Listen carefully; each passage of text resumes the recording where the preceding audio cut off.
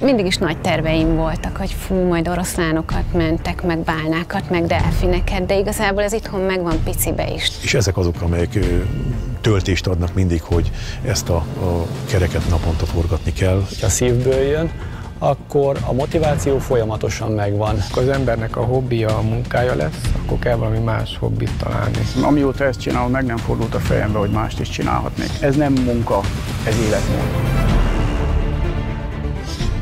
Zöld egyenruha, rangjelzés, szükség esetén kézifegyver, megkérdőjelezhetetlen szakmai tudás, hatalmas elhivatottság és erős érzelmi kötődés a természethez.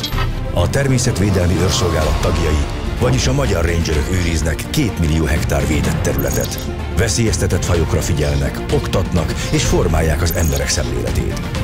A hazai tájakhoz épp úgy hozzátartoznak a gyepek, mint az erdők. Nem is gondolnák, mennyi megóvandó természeti érték rejtőzik a fűszálak tövében. Sok feladatot adva a természetvédelmi őröknek. Filmsorozatunk változatos, akcióban gazdag, kalandos hétköznapjaikat mutatja be. Akcióban a természetőrzői. Együttműködve a gyepek világáért. Áprilisi hajnal az Őrségi Nemzeti Parkban. Az emberek többsége még alszik, amikor a Természetvédelmi Őrszolgálat munkatársa a terepre indul. Az én őrkerületem az Őrségi Nemzeti Parknak a legdélebbi kis csücske, a Szentgyörgyvölgyi őrkerület.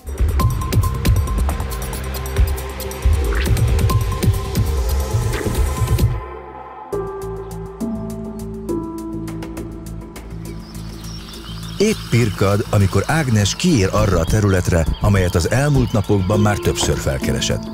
Nem véletlen a hajnali időpont. Ilyenkor aktív a rejtett életet élő haris, akit könnyebb meghallani, mint meglátni. Próbálom lokalizálni, hogy hol lehet. Most ugye nehéz, mert mintha kettő is válaszolgatna egymásnak. Illetve viszonylag nagy egybefüggő terület van, mert ahol amikor pici csíkok, pici parcellák vannak, vagy változó az élőhely, akkor könnyebb kitalálni, hogy hova lokalizálhatjuk a madarat. Ilyenkor, amikor ilyen hatalmas parlak terület van előttünk, akkor ugye nehezebb. A többi madár is azért elég rendesen bezavar. Nagyjából most már meg lesz a két helyszín, ahol úgy hallom, hogy válaszolgatnak egymásnak a hímek. Ugye ez variálhatja is, hogy pontosan hol is lehet a revír, hiszen a két konkurens közelíthet egymáshoz, hogy fenyegessék, vagy pont a revír határokat tisztázzák, tehát nem biztos, hogy pontot találnánk meg a tojót, meg a fészekalljat. A több pontról történő megfigyelés segít a revír pontosabb behatárolásában. A haris költöző madár. Fontos tudni, hogy idén hányan érkeztek erre az élőhelyre. A fű között mozgó hímek kissé reszelős éneke jól elkülöníthető más madárhangoktól. Iszonyatos szárazság volt a tavaszi időszakban, és mind a táplálékállat, mind a növényzet összetétele nem igazán alkalmas most a haris költésekre. Ez bizonyítja is, hogy ez az egyetlen hely most az őrségben, ahol hallhatunk harist. Nálunk a csúcs talán egy ilyen 30 körüli pár volt. 2005-2006 táján lehetett. Most már fogyóban van, egyre kevesebb a parlak terület, ez a magas kórus, amit igazán szeret a madár. És ahol ő is tudja, hogy békében fel tudja nevelni a fiókáit. Ez a ritka madár a modern mezőgazdaság egyik nagy vesztese. Állománya egész Európában lecsökkent. A haris Magyarországon fokozottan védett. Természetvédelmi értéke 500 000 forint. Fészkelőhelynek nedves réteket, kaszálókat választ. A terület tagoltsága, a növényzet változatossága is fontos számára. Jelenlétük észlelése az első lépés a védelmi munkában, amit a természetvédelmi őrök számtalan feladata követ. Minden egyes eleme fontos az ökoszisztémának, így ez a faj megőrzése is, hiszen egy olyan genetikai kincs, amit nem hagyhatunk elveszni. Nagyon veszélyeztetett az életmódja miatt, nehezen észleljük, olyan területeken költ, amit előszeretettel lekaszálunk. Ott, ahol a gazdálkodók végzik a mezőgazdasági munkákat, nehezebb megakadályozni a zavarást. Ma kezdődik a kaszálás a kőszegi őrkerülethez tartozó alsó réten. Itt a helyi vállalkozóval kell együttműködni. Én úgy veszem észre, hogy a gazdálkodóknak az a legfontosabb, hogy folyamatos párbeszédben legyünk velük, hiszen Nem feltétlenül lehet tőlük elvárni azt, hogy a sok egyéb általuk fontosnak tartott szempont mellett makulátlanul mindennel tisztában legyenek, ami az ő általuk művelt területen szóba jött természetvédelmi szempontból. Mi erre törekszünk.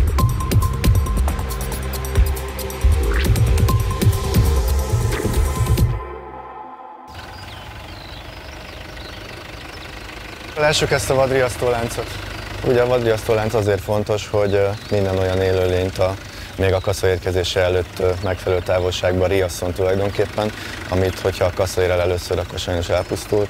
Ugye jó lenne, hogyha ez minél alacsonyabban tudna. Aha, jó lesz ez, viszonylag majdnem leér teljesen. Jó, rendben. Mutatom, hogy hol találtuk ezt a madarat, hogyha elnézel arra, ugye ez az az égeres rész, amit ott látunk. Igen. És ott mellette van az a bokorfolt ott középen, igen, amit mindig szoktunk kerülgetni. Igen. Ugye rendszeresen a madár itt van, és most is itt hallottuk, ebből a részből érzékeltük. Hoztam egy ilyen útmutatót is, hogy meg tudjam neked mutatni, hogy néz ki ez a jószág, hogy mégis tudjad, hogy miről beszélünk. Na, ez a haris. Ez egy ekkora kis, hát egy rigó méretű kis madár, és ilyen madarat nagyon kevesen láttak, még az ornitológusok közül is. Tavaly is egyébként ott volt kihagyva az a rész. Így van. Hát ugye azért szereti azt a részt, mert ez egy olyan madár, ami leginkább a nagyon magas fűvű és ilyen tocsogós, nedves részeket kedvel, és ugye ez az a rész, amire ez a jellemző, nem hiába mindig ott van, ugye a fű is ott nő talán a legjobban. A harislakta réteken a veszélyek ellenére a kaszálás alapvetően fontos, mert elmaradása néhány év alatt megszünteti magát az élőhelyet. De a nem megfelelő időben végzett munkák nagy veszélyt jelentenek a költőmadarakra. Amikor kiabálnak ezek a madarak, és gyakorlatilag azt jelzik, hogy ez itt az én területem, annyira elvakultan csinálják ezt, hogy néhány lépésre meg lehet őket közelíteni. Úgyhogy van nálunk mindig GPS, nyomjuk a pontot, és akkor utána meg tudjuk otthon nézni, hogy pontosan a réten belül hol jártunk. És akkor ezeknek a pontoknak a segítségével tudjuk kijelölni aztán, hogy hol legyen a karóknak a helye. A karók ahhoz kellenek, hogy a gépkezelő lássa, melyik az a terület, amelyet meg kell hagynia a madár számára. Jó, akkor következő. Egy körülbelül 2,5 hektárnyi területet jelölnek ki az észlelési pont körül. Most vagyunk a sarkán ennek a négyzetnek, amit felhagynánk a madárnak, és ugye akkor az lenne a lényeg majd, hogy azt kérem tőled, Gábor, hogy akkor nyilván ennek a belsejét ezt hagyjuk fenn, és akkor ugye a karók mentén kasszálják. Köszi. Ha sikerül megértetni azt, hogy mi miért dolgozunk, és mit szeretnénk, és miért szeretnénk azt, az egy nagyon nagy elismerése a mi munkánknak, mert azt gondolom, hogy ez a lényeg, hogy az emberek szemét felnyissuk arra, hogy számukra miért fontos a természet és a természetvédelme. A május-júniusi kotlási időszakban végzett gépi kaszálás a fészkek akár 90%-át is elpusztíthatja. Hogy ez itt ne történjen meg, Krisztián a gazdálkodóval közösen egy védelmi zónát alakított ki. A fiókák és a felnőtt madarak kaszálás miatti pusztulása könnyen megakadályozható a munka késleltetésével. Ezért persze kompenzálni kell a gazdálkodó jövedelem kiesését. A vizsgálatok kimutatták, hogy az ilyen módon végzett kaszálással a pusztulás a negyedére csökkenthető.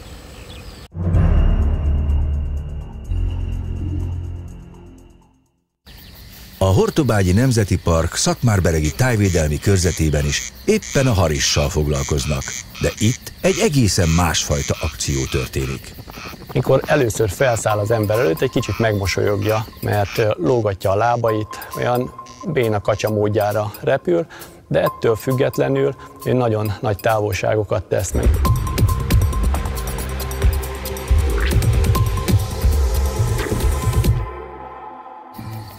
Be lehet hívni ilyenkor, elég agresszíven védi a teritoriumát, és közel jön, most is lehet látni, itt van a feje is látszik a fülbe.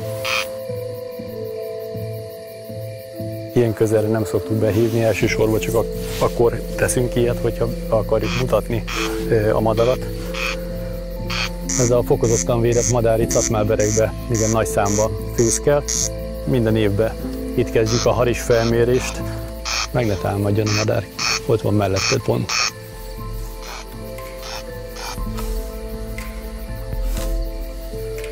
Ez a kaszálás most nem a gazdálkodás része, hanem a szemléltetést szolgálja. Szabályos, kidolgozott mozdulatok, tökéletes fények, a színpad készen áll, már csak a nézők hiányoznak. Én lehet, hogy kimegyek eléjük. Besétálunk a gyepre, és megpróbáljuk közelről megnézni ezt a rejtett életmódú madarat. Nagyon keveseknek adatik meg, hogy ilyen közel kerüljön a madárhoz. Most ti látni fogjátok. 2003-tól dolgozom a szatmári térségbe, és azóta mindig folyamatosan törekszem arra, hogy környezeti nevelés, tudatformálás terén minél több gyerekkel, fiatallal, de akár felnőtt emberrel kerüljek kapcsolatba. Megérkeztünk. Lehet látni, hogy Afrikának a északkeleti részén, illetve a nyugati harmadán fordul elő vonuláskor a madár, de lehet azt is látni, hogy egészen Dél-Afrikáig lemegy ez az apró termetű madár, majd hogyha közelebb jön, látjátok, hogy viszonylag bénán repül, ettől függetlenül hatalmas távolságokat tud megtenni. Olyan területeket, olyan növényeket, állatfajokat mutatunk be, ami a gyerekeket szerintem ámulatba ejti. Nagyon gyakran tapasztalom azt, hogy a mobiltelefon és az egyéb elektronikai eszközökön felnőtt gyerekek is rácsodálkoznak, rá lehet őket vezetni a természet szépségére. Nagyjából olyan méretű, amikor kihúzza magát, mint ez a táblagép, tehát nem egy túl nagy madár.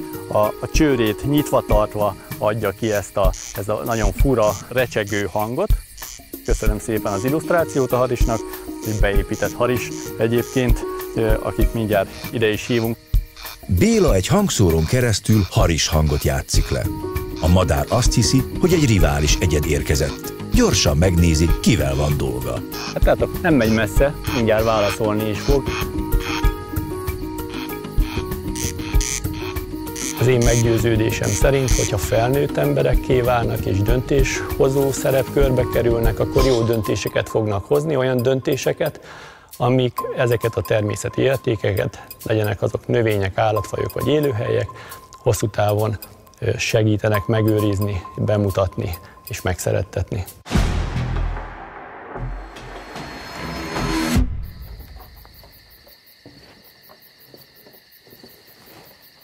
Éjszaka a Kiskunsági Nemzeti Parkban. Az őrszolgálat munkatársa elég korán kezdi a munkát. Az szerintem a legfontosabb dolog elfogadtatni az emberekkel, hogy természetvédelemre miért van szükség. Tehát az egy nagyon kevés indok, hogy ez a madár szép, vagy ez a madár ritka. Egy hétköznapi embernek azt kell mondani, hogy ettől a madárnak a védelmétől miért lesz neki jobb.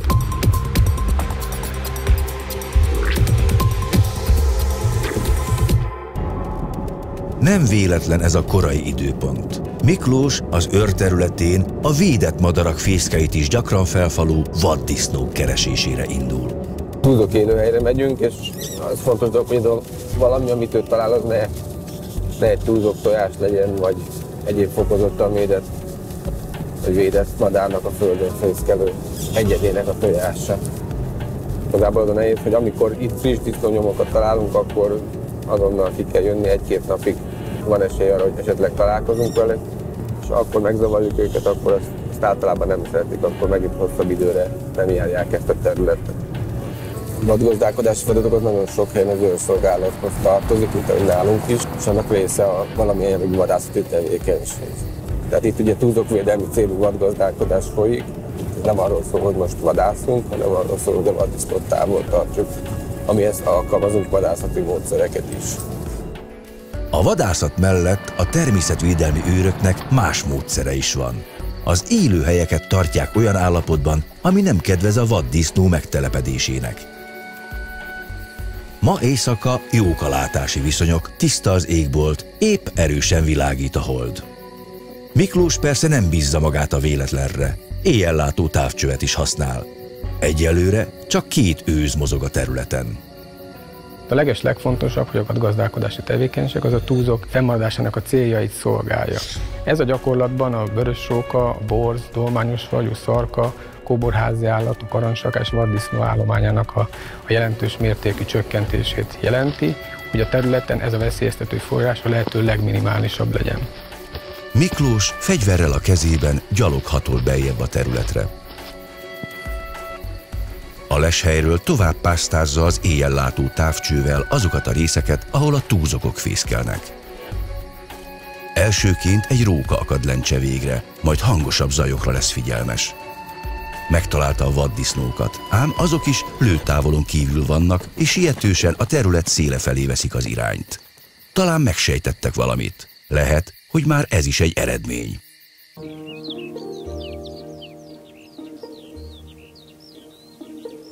Hajnalodik, majd a területen beindul a nappali élet.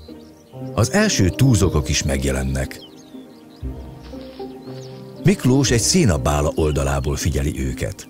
Dürgési időszak van.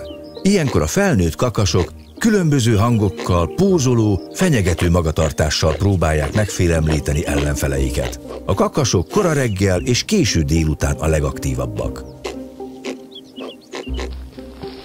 Kint vagyok a területen, és megfigyelek egy túzokcsapatot, azon kívül, hogy gyönyörködünk benne, amire igazából a legkevesebb idő szokott jutni. A legfontosabb, hogy rögzítsük azt, hogy mikor, milyen koordináta mellett, hány madár volt, milyen viselkedést folytattak, milyen kultúrában voltak, volt-e valami veszélyeztető tényezők. A terepen végzett biotikai adatgyűjtés az őrszolgálat kiemelt feladata. Ezek az adatok is segítik a túzokvédelmi munkát, aminek lényegét napjainkban a túzokbaráti gyep- és szántóföldi gazdálkodás megalapozása és elterjesztése jelenti. Természetesen az ismeretterjesztést sem szabad elhanyagolni. Fontos, hogy tudják, ismerjék meg, hogy mit jelent ennek a madárnak a védelme, nem feltétlen magát a túzok miatt, hanem maga az ökoszisztéma, amiben ő él és előfordul, hiszen ez egy élő ökoszisztéma. Hányat látsz? 5-öt? Na. 7-et, 8-at. Helyes. 8-at. Akkor egy még valahol elmúlt, mert 9-en vannak. Nyilván az ilyen nagyobb rendezvények, mint ez a mostani, az nem ad lehetőséget arra, hogy úgy pontosan meg jól megismerni a túzokot. De az, hogy valaki lát egy élő túzokot, az jó, mert utána legközelebb hallja azt, hogy a túzok miatt ez meg az történik, meg ennyi pénzt elköltünk rá, akkor fog emlékezni arra, hogy igen, ő látott túzokot, és akkor tudja, hogy miről van szó. De nagyon nehéz úgy megmutatni a túzokot, hogy ne zavarjuk őket a természetes élőhelyükön. Tehát igazából azért jöttünk erre a tanyára, mert itt ugye megszokták, hogy van mozgás, jönnek-mennek emberek. Tehát a tanyát ezt most arra használjuk, hogy kvázi egy ilyen rejtekhely legyen mondjuk 50-60 embernek egyszerre, amit a nyílt pusztában nagyon nehéz lenne megoldani, hiszen most elkezdenénk felül gyalogolni, és akár csak 100 métert kimennénk a nyílt gyepterületre, akkor az összes madár elrepülne, és akkor az egész értelmét veszti, arról nem is beszélve, hogy a madaraknak akkor zavarást okoznánk. A túzok-kakasok tudomást sem vesznek az őket figyelő gyerekekről. Hazánkban több nemzeti parkban is folyik túzokvédelmi munka.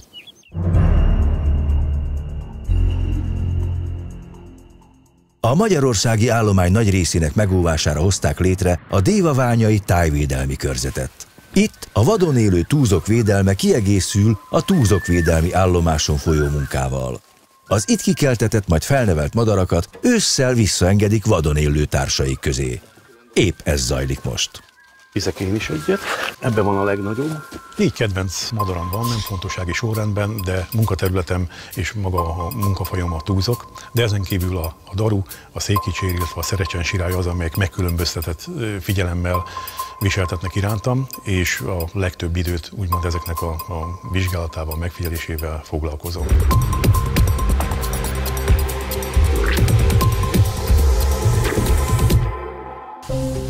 Antal épp most indul tucatnyi fiatal túzokkal a 400 hektáros repatriációs területre.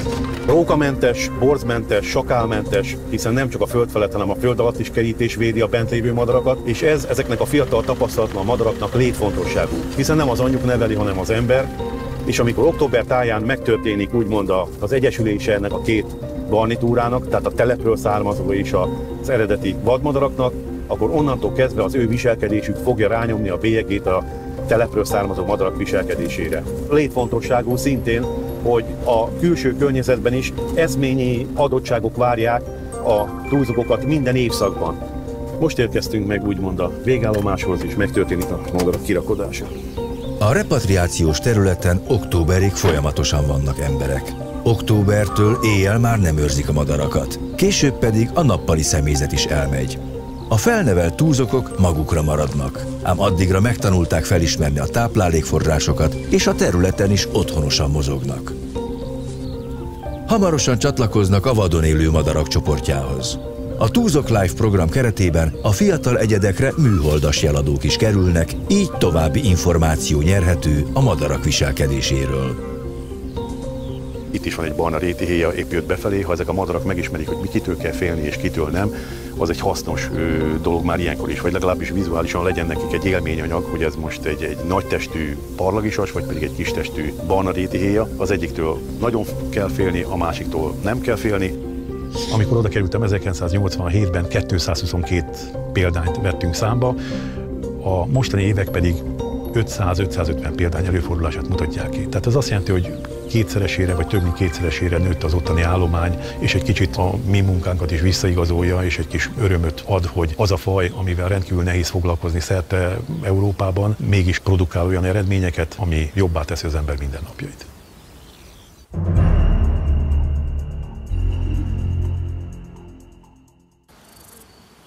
Korábban fizettek az elpusztított példányokért. Ma már a gyepek védett emlős állata.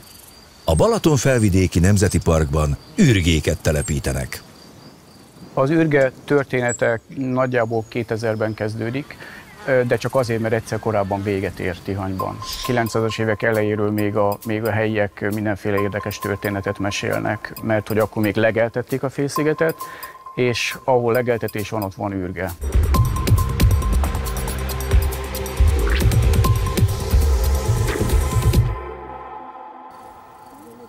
2000-ben sikerült egy kis szürkemarha gulyát hozni ide a belső tópartra. Az első időben igen nagy volt az ellenállás a faluban, tehát mindenek voltunk, csak rendes emberek nem. Aztán egy-két év alatt ezek elcsitultak, ezek a hangok, és úgy látjuk, hogy a tihanyiak már magukénak érzik ezeket az állatokat, látják, hogy ez vonzza a turistát, nem elzavarja. És amikor láttuk, hogy ez működik, akkor lehetett egy újabbat lépni. Megvan a gyepem, a rövidfűvő gyepem, az ürgének vissza lehet hozni. A József által irányított visszatelepítés annyira jól sikerült, hogy már 10 éve ez a törzsállomány adja az egyedeket az újabb élőhelyek benépesítéséhez. A csapdázás nagyjából 300-350 csapdával folyik itt ezen a területen. Ezzel a csapda mennyiséggel tudunk megfogni nagyjából naponta 50-60, de az is előfordult, hogy 100 példányt. A csapdába alma kerül, alma a csali. Azért jó ez a módszer, ez a kis ládacsapdás, mert tulajdonképpen az állatot nem kell kézbe fogni. Sokkal kisebb a stressz. A csapda maga egyben egy szállító doboz is, és aztán ebből a szállító dobozból engedjük be az új helyen a megfort lyukakba az előkészített területen. Amíg az alma el nem fogy, az ürgék elég nyugodtan viselik a költöztetést. Ténylegesen a munkába sok ponton be lehet vonni az embereket. Tehát amikor ürgét telepítünk át, akkor jöhet egy csomó önkéntes, jöhet egy csomó érdeklődő, segíthet összeszedni a csapdákat. Nyilván olyan munkákat, ami nem igényel különösebb szakértelmet, meg nem veszélyes. Tehát azt azért elmondjuk, hogy ne dugja be az ujját a cuki kis ürgéhez a ketrezbe.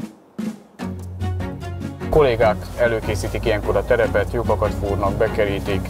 Eléggé intenzív az a mód, ahogyan az állatokat az elején gondozni kell, őrizni kell, etetni kell.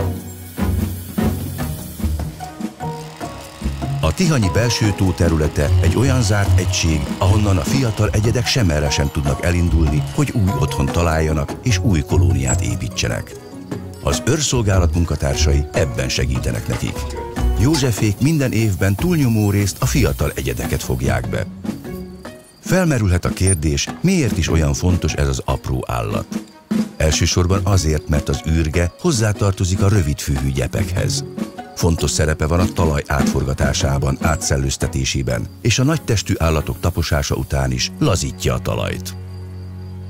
És ott van még egy nagyon fontos szerepe, ez pedig az, hogy ő egy táplálékállat, és olyan madaraknak, olyan ragadozó madaraknak a táplálékállata, amik nagyon fontosak nekünk. Amiknek az állományai, ezeknek a megmaradása kulcskérdés. Ebben a természetvédelmi őri munkában mindig is talán a legfontosabbnak azt tartottam, hogy minél több embernek megmutassuk, hogy micsoda érték van körülöttük, mert ez a maroknyi zöld ember, ahogy mi itt az országban próbálkozunk az értékek védelmével, ez nem fog menni. Ez csak úgy mehet, hogyha az emberek, az ott élők látják, hogy milyen elképesztő érték van körülöttük, megismerik, rácsodálkoznak, és akkor majd ők megvédik. Az ürge magyarországi védelme nem csak önmagáért fontos. 2 Európa szerte ritka és veszélyeztetett ragadozó madarunk, a kerecsensólyom és a parlagisas fontos tápláléka. hazai állományának fenntartása és növelése, így e két madárfaj fennmaradását is szolgálja.